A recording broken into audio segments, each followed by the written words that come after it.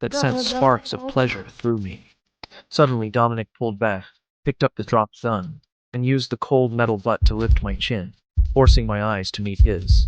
The icy barrel pressed against my jaw as his thumb brushed roughly over my swollen lip, every hard inch of him grinding against me in insistent rhythm. Dominic was hard for me, but he pushed me away anyway. The gun was loaded, pressed against my chin. Dominic's voice was low and restrained. I won't be the other man. You know I don't have anyone in my life. I looked much happier after I said that, but I knew he wouldn't turn me down. Sure enough, he pinned me to the wall, his eyes dark and unfathomable. He looked like he wanted to rip me to pieces. After a long while, he laughed softly. Don't regret this. His phone rang and ran an ocean without anything to support me. The phone was still buzzing. The screen lit up. My blood ran cold. The message was from a number I recognized instantly, yet it was addressed to Dominic with professional deference from the first time I met Dominic. Back then, I was still green at that to develop a habit of sleeping with my targets. I sauntered into a bar, my black clothes concealing the blood on me perfectly. I drank myself half to death, feeling brooding and pessimistic. I couldn't help but think that my life was over. Being an assassin wasn't glamorous, and I kept getting injured.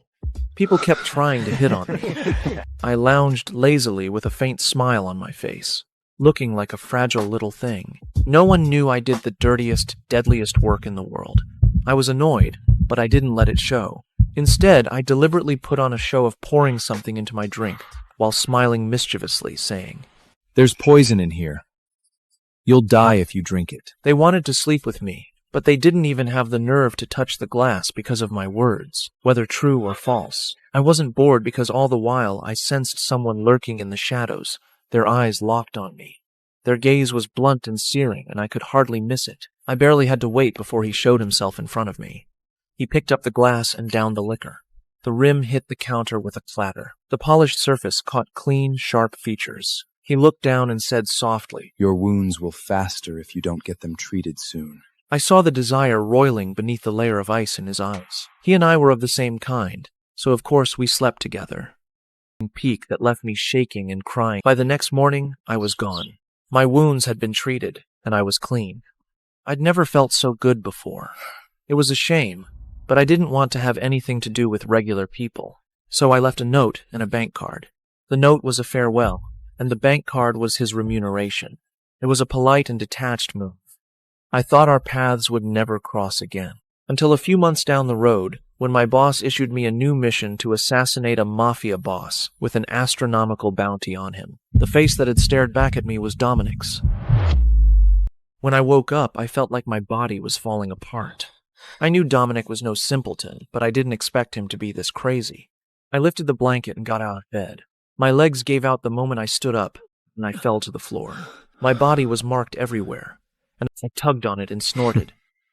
Is this a captivity kink? Dominic's voice boomed from out of nowhere. You're up. Breakfast is on the table. Do you feel okay? I turned to see a surveillance camera aiming right at me. He hadn't even tried to hide it. I grabbed the blanket and pulled it over my body while... Explain this. Dominic's voice sounded unbelievably calm as it came from the surveillance camera. It looks good. I was baffled. Then I narrowed my eyes and my expression turned icy. Dominic's tone shifted as he added. His voice sounded a little glum. It's the oldest story in the book. The evil dragon falls in love with the princess, making sure that she can never leave. I said coolly. The princess ultimately gets saved by the prince, though. He chuckled. I snorted and said sarcastically, I don't like you, Dominic. What's the point of you doing this? He was unfazed. Is that so? You felt so good that you cried last night, though. Or was I mistaken? Once again, I was rendered speechless. Dominic was tall and handsome. Could anyone keep themselves from getting turned on by such a striking face and body? For once, I didn't clap back. Initially, I clung to a shred of hope that this was just one of Dominic's whims.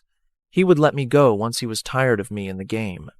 3 days later, all my things were packed neatly and dropped off at the villa.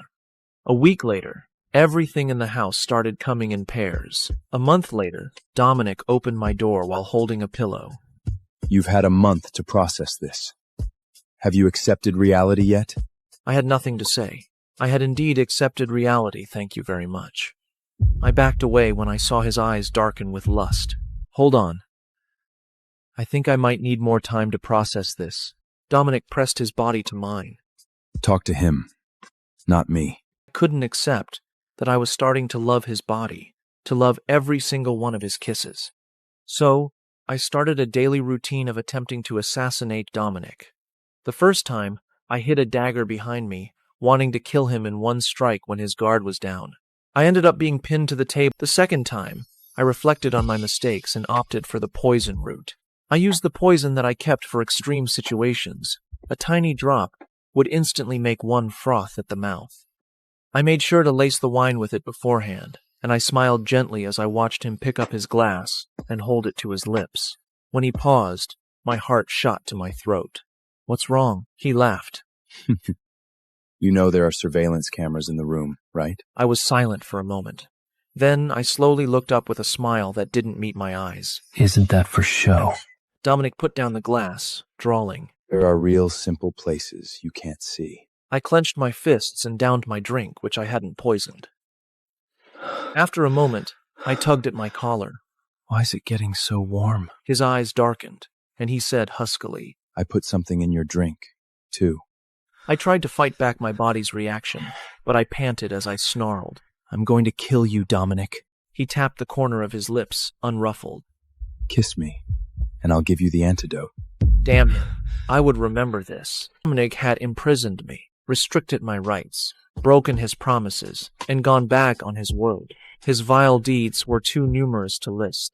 I swore I would take him down. I had to kill him. After trying and failing multiple times, I switched tactics. I lay in wait at night for a surprise ambush. Dominic came home drunk, which was rare.